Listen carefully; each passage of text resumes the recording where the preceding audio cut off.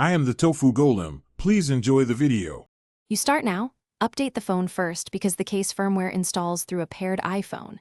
Make sure your iPhone has the latest iOS and Wi-Fi. Keep Bluetooth on. Place your AirPods in the case, plug the case into power, and close the lid.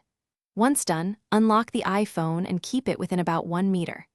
This immediate proximity and power are the essential prerequisites. Do not skip charging the case because the update will not transfer without power. You continue by confirming connection. Open Settings, tap Bluetooth, and make sure your AirPods show as connected. Once connected, leave the case on charge, lightning or MagSafe, and keep the lid closed. Position the iPhone next to the case.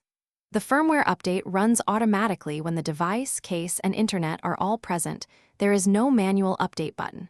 So be patient. Allow 15 to 30 minutes, and resist disconnecting power or moving the phone away while the transfer completes. You finish by verifying success.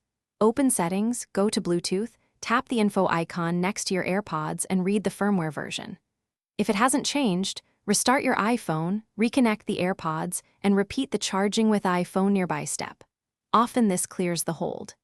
If that still fails, reset the AirPods by holding the case setup button for about 15 seconds until the LED flashes amber then white. Repair them to your phone, and then retry the automatic update. Thanks for watching. Consider subscribing if we helped you today.